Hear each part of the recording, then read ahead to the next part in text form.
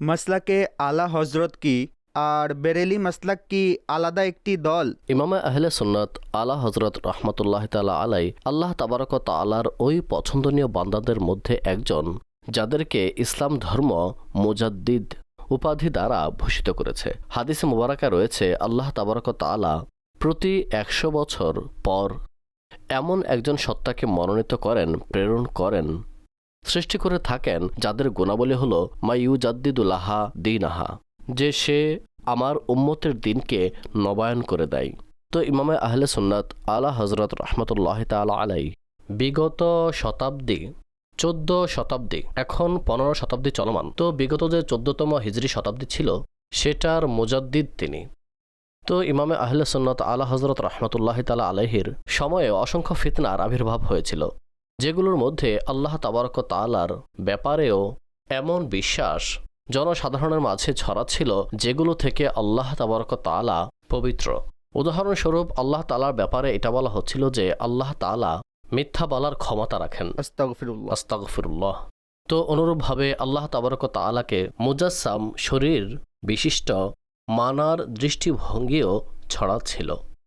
নবী পাক সাল্লাল্লাহু আলাইহি ওয়াসাল্লামের শানে গোস্তাকিমূলক বাক্য, বেয়াদবিমূলক দৃষ্টিভঙ্গি তা জনসাধারণের মধ্যে ছড়ানো হচ্ছিল।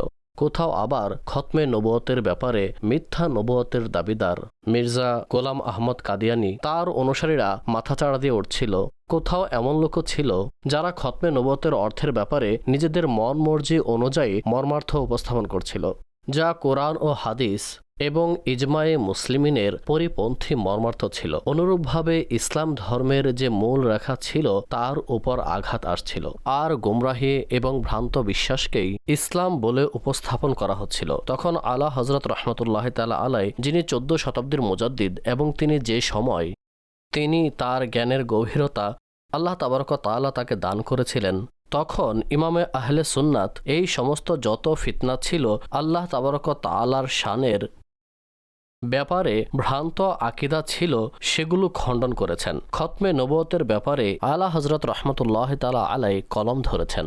মুসলমানের মধ্যে ছড়িয়ে পড়া বিদাত গোমরাহি সমূহ নির্মূল করেছেন এবং মাইয়ুজাদ্দিদুলাহা দীনাহা এর একটি প্রতিচ্ছবি হয়ে ইমামে আহলে সুন্নাত আলা হজরত রহমতুল্লাহ তাআলা আলাই প্রকাশিত হয়েছেন। তো এখন এত অসংখ্য ফিতনার মধ্যে, যেখানে প্রতিটি ফিতনা নিজেকে নিজে ইসলামের মুবাল্লিগ মনে করছিল এবং সেই ফিতনাযুক্ত সম্প্রদায়, সেই ভ্রান্ত আকিদার ফিতনা, তারা নিজের দৃষ্টিভঙ্গিকে ইসলামী দৃষ্টিভঙ্গি বলে উপস্থাপন করছিল, ফলশ্রুতিতে মুসলমানগণ গোমরাহির শিকার হচ্ছিল। তো এতগুলো ফিতনার মধ্যে যিনি ইসলামের সঠিক এবং বিশুদ্ধ চিত্র উপমহাদেশ এবং হিন্দে, বিশেষ করে ইমামে আহলে সুন্নাত আলা হজরত রহমতুল্লাহ তাআলা আলাই তার যুগে ইসলামের আসল চিত্র মানুষের নিকট তুলে ধরেছেন।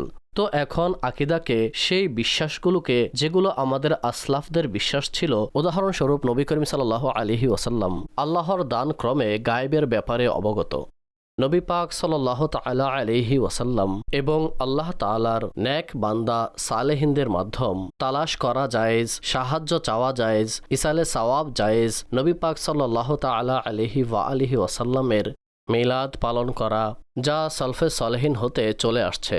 তো ইমামে আহলে সুন্নাত আলা হজরত রহমতুল্লাহ তাআলা আলাই এই আসলাফদের আকিদাকে জনসাধারণের মধ্যে স্পষ্ট করেছেন এবং এগুলোকে দৃঢ়তার সহিত নিজ লিখনির মধ্যে পাকাপোক্ত দলিল সহকারে এই আকিদাগুলো আলোচনা করেছেন। তো আলা হজরত ইমামে আহলে সুন্নাত রহমতুল্লাহ তাআলা আলাইহির যে আকিদা এবং বিশ্বাস, তা কোনো নতুন আকিদা, নতুন দৃষ্টিভঙ্গি, নতুন কোনো চিন্তাধারা ছিল না, বরং যা ইসলাম ধর্ম এবং আহলে সুন্নাতের আকিদা, যা আমাদের আসলাফদের গ্রন্থাবলী থেকে প্রমাণিত, সেগুলোরই বিশুদ্ধ ব্যাখ্যা ইমামে আহলে সুন্নাত আলা হজরত রহমতুল্লাহ তাআলা আলাই নিজ যুগে করে গিয়েছেন।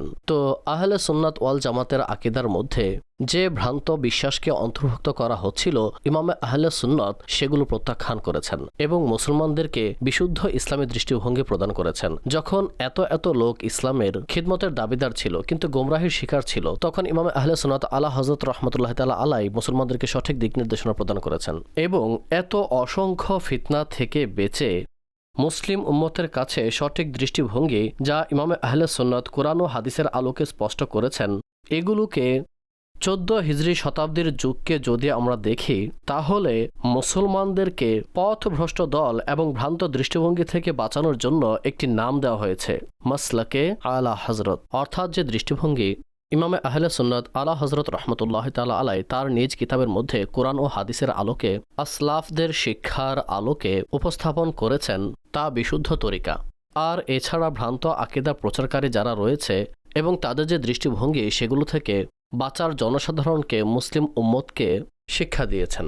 তো এই দৃষ্টিকোণ থেকে ইমাম আহলে সুন্নাত আলা হযরত রাহমাতুল্লাহি তাআলা আলাইহি নতুন কোনো মাযহাব গঠন এবং উদ্ভাবন করেননি, নতুন কোনো দলের ভিত্তি স্থাপন করেননি, বরং ওই দল যেটি দলে নাজিয়া, নাজাত প্রাপ্ত, মা আনা আলাইহি ওয়া আসহাবিহি, যেটাকে নবী করিম সাল্লাল্লাহু আলাইহি ওয়াসাল্লাম এই বরকতময় বাক্য দ্বারা ব্যাখ্যা করেছেন যে যেটিতে আমি এবং আমার সাহাবা রয়েছে।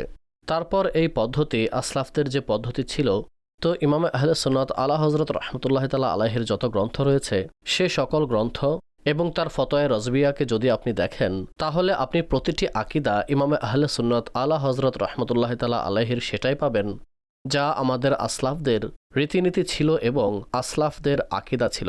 তা থেকে ইমাম আহলে সুন্নাত আলা হযরত রাহমাতুল্লাহি তাআলা আলাইহির দৃষ্টিভঙ্গি যাররা পরিমাণও ব্যতিক্রম নয়, বরং সেগুলোর মোতাবেকই। মাসলাকে আলা হযরত এই নামকরণ করার কারণ সময়ের একটি দাবি ছিল যে ওই দৃষ্টিভঙ্গি যা কোরআন ও হাদিস অনুযায়ী ইমাম আহমদ রাজা বর্ণনা করেছেন তা গ্রহণ করতে হবে। ওই দৃষ্টিভঙ্গি নয় যেগুলো ভ্রান্ত আকীদা সম্পন্ন আলেমরা ছড়া ছিল, যার ফলে জনসাধারণ সঠিক পথ থেকে বিচ্যুত হচ্ছিল।